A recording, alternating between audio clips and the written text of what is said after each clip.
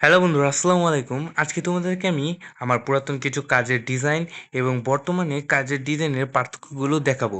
যে আমি আজকে যে ডিজাইনগুলা করতে পারছি, সেরকম ডিজাইন কিন্তু আমি আগে করতে পারতাম না এবং আমার ডিজাইনের অবস্থা এতই খারাপ ছিল, সেটা বলার বাইরে। তো কথা না বাড়িয়ে চলুন ভিডিওটা শুরু করা যাক। তো আমরা গ্যালারিতে একটু ঢুকি।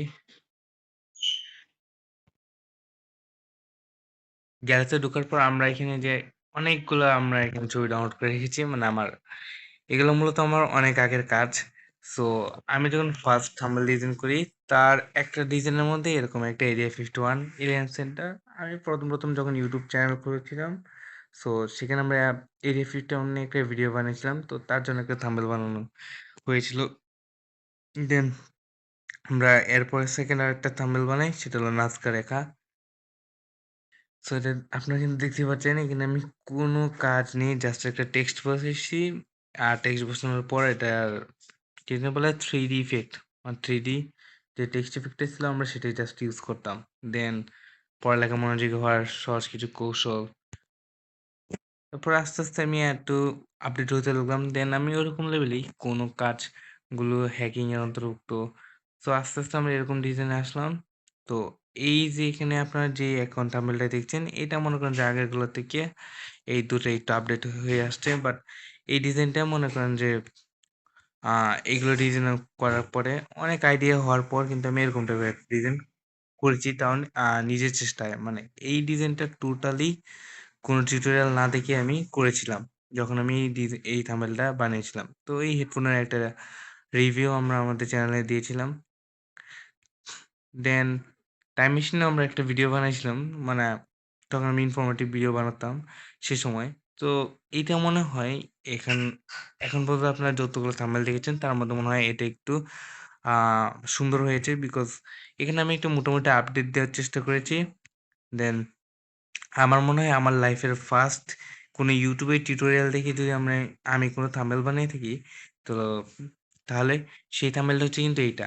সো এই থাম্বনেলটা আমি ফার্স্ট টাইম একটা টিউটোরিয়াল দেখে বানিয়েছি এবং যেখানে আমি টেক্সটে গ্লোয়িং ইফেক্ট অনেক কিছু আমি ফার্স্ট টাইম ইউজ করছি। সো যখন আমি বানিয়েছিলাম তখন আমি নিজে আশ্চর্য হয়ে গেছিলাম যে আমি এরকম ধরনের থাম্বনেল বানাতে পারবো।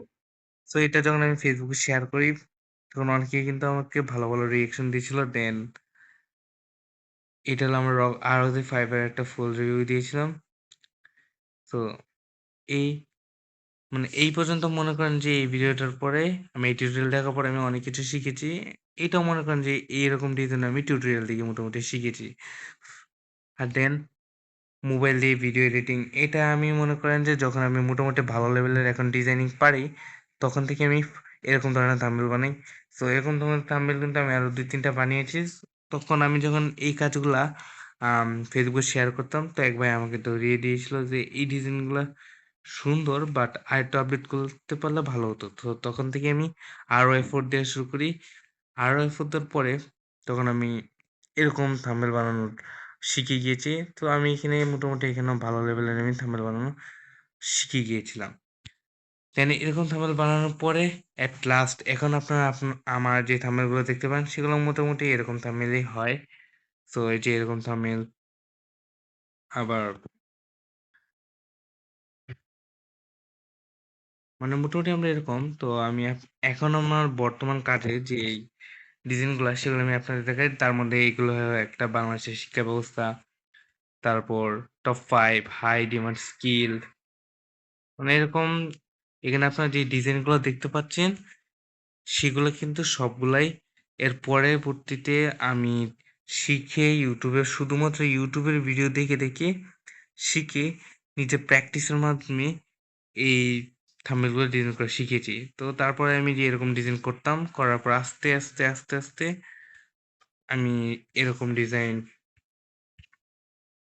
করা শুরু করেছি। তো আপনারা আমার চ্যানেলে যারা সাবস্ক্রাইবার রয়েছেন তারা অবশ্যই জানেন যে আমি কিরকম থাম্বনেল বানাই। তো আপনারা এরকম টিউটোরিয়াল পেতে অবশ্যই আমাদের চ্যানেলটিকে সাবস্ক্রাইব করে রাখবেন। তো ডিজাইনার হওয়ার কিন্তু এতটা সোজা না, বিকজ আমি নিজে রিয়েলাইজ করেছি। তো ডিজাইনার হওয়ার জন্য সবসময় ধৈর্য, চেষ্টা এবং প্র্যাকটিসের খুব প্রয়োজন। তো এই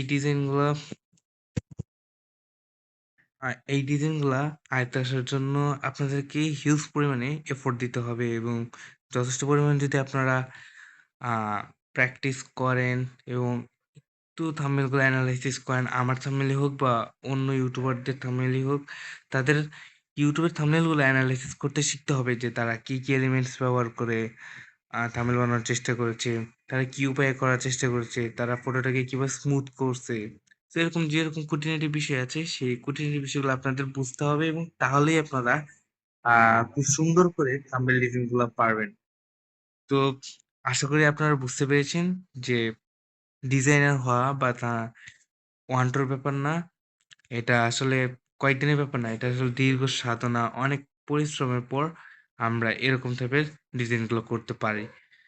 তো যারা ডিজাইনিং জগতে আসছেন বা গ্রাফিক ডিজাইনিং করবেন, তাদের সকলকেই বলি আপনারা প্র্যাকটিস করবেন বেশি করে এবং চেষ্টা করবেন বড়, বড় ইউটিউবার থাম্বনেলগুলো কপি করার। তাহলেই দেখবেন আপনাদের ডিজাইনগুলোর মধ্যে অনেক আপডেট চলে এসেছে এবং আপনারা এরকম প্রফেশনাল থাম্বনেলগুলো বানাতে পারছেন। তো সবাই ভালো থাকবেন, সুস্থ থাকবেন। আসসালামু আলাইকুম।